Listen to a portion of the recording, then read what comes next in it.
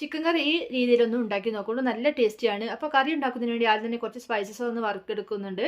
ഇതിലേക്ക് ചെറിയ ജീരകം, അതുപോലെ തന്നെ മല്ലി, കുരുമുളക്, പട്ട, ഗ്രാമ്പൂ, ഏലക്ക, പിന്നെ ജാതിപത്രിയും കൂടി ഇട്ടിട്ട് നന്നായിട്ട് തന്നെ ഒന്ന് റോസ്റ്റ് ചെയ്തെടുക്കാം.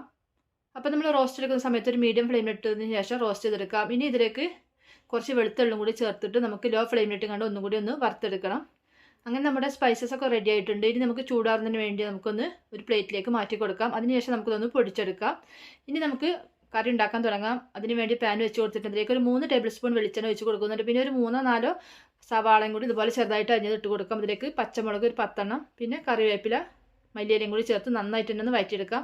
ഇതിലേക്ക് ആവശ്യത്തിനുള്ള ഉപ്പ് ചേർത്ത് കൊടുക്കാം. പിന്നെ ഇഞ്ചി വെളുത്തുള്ളി പേസ്റ്റ് ഒരു 1.5 ടീസ്പൂൺ കൂടി ചേർത്ത് കൊടുക്കാം. പിന്നെ ഇതിലേക്ക് ഒരു 3/4 ടീസ്പൂൺ മഞ്ഞൾപ്പൊടി കൂടി ചേർത്ത് നന്നായിട്ട് ഒന്ന് വഴറ്റിയതിന് ശേഷം ഇതിലേക്ക് നേരത്തെ കഴുകി വെച്ചിട്ടുള്ള ചിക്കനും കൂടി ഒന്ന് ഇതിലേക്ക് ചേർത്ത് കൊടുക്കാം. എന്നിട്ട് വീണ്ടും ഒന്ന് മിക്സ് ആക്കി എടുക്കാം. എന്നിട്ട് അടച്ചു വെച്ചിട്ട് 1 മിനിറ്റോളം നമുക്കൊന്ന് വേവിച്ചെടുക്കണം. അപ്പോൾ ഇതിൽ വെള്ളമൊക്കെ ഒന്ന് ഇറങ്ങുന്ന വരെ നമുക്കൊന്ന് മിക്സ് ചെയ്തെടുക്കാം.